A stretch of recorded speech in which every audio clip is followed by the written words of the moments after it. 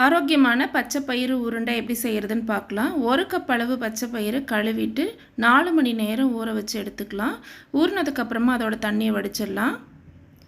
இப்போ குக்கரில் நம்ம ஏற்கனவே தண்ணி வடித்து வச்சுருக்கிற பயிரை சேர்த்துக்கலாம். பயிறு நல்லா மூழ்கிற அளவுக்கு தண்ணி சேர்த்துக்கலாம்.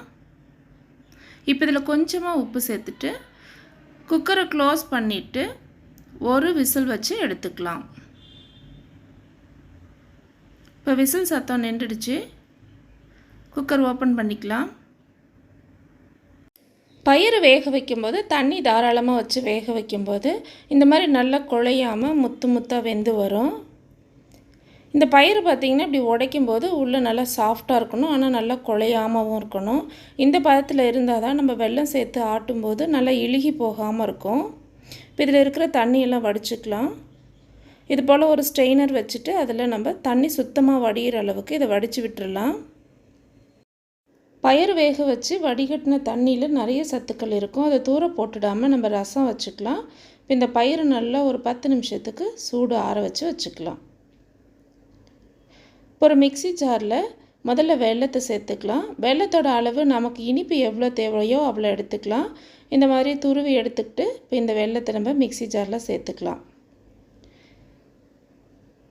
இப்போ இதை நம்ம விப்பர் பட்டனில் நல்லா நாட்டு சக்கரை மாதிரி இதை பொடிச்சு எடுத்துக்கலாம். பாருங்கள், இந்த மாதிரி பொடிச்சு எடுத்ததுக்கப்புறமா இதில் ஏற்கனவே ஆற வச்சுருக்கிற இந்த பயிரை பாதி சேர்த்துக்கலாம். இதில் துருவின தேங்காய் நமக்கு எவ்வளோ வேணுமோ அவ்வளோ சேர்த்துக்கலாம். இப்போ இதில் கொஞ்சமாக முதல்ல சேர்த்துடலாம்.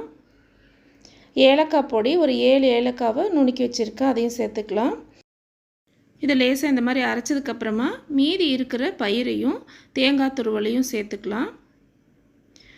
இப்போ இதை நம்ம நைஸாக அரைச்சிட்டு வந்துடலாம். பாருங்கள், இப்போ நான் நல்லா அரைச்சிட்டு வந்துட்டேன். இந்த மாதிரி கெட்டியாக இருக்கணும்.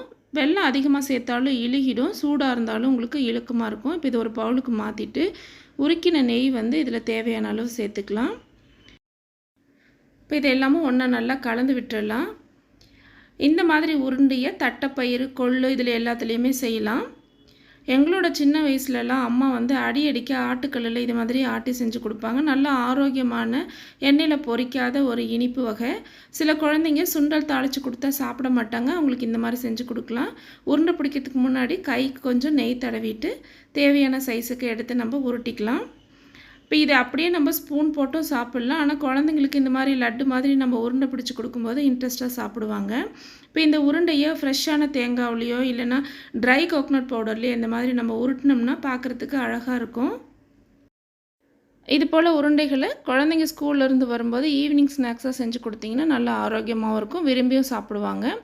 இது ரொம்ப நாளைக்கு நம்ம ஸ்டோர் பண்ணி வைக்க முடியாது, ஏன்னா ஃப்ரெஷ்ஷான தேங்காயெலாம் நம்ம சேர்த்துருக்கிறதால இது சீக்கிரம் கெட்டு போயிடும். இது நீங்கள் ஈவினிங் ஸ்நாக்ஸோவோ இல்லை மிட் மார்னிங் ஸ்நாக்ஸோவோ குழந்தைங்களுக்கு செஞ்சு கொடுக்கலாம். இந்த ஆரோக்கியமான லட்டை நீங்களும் செஞ்சு பாருங்கள். இந்த வீடியோ உங்களுக்கு பிடிச்சிருந்தா சேனலை சப்ஸ்கிரைப் பண்ணுங்கள், கூடவே பெல் ஐக்கானை கிளிக் பண்ணுங்கள். தேங்க்யூ ஃபார் வாட்சிங்.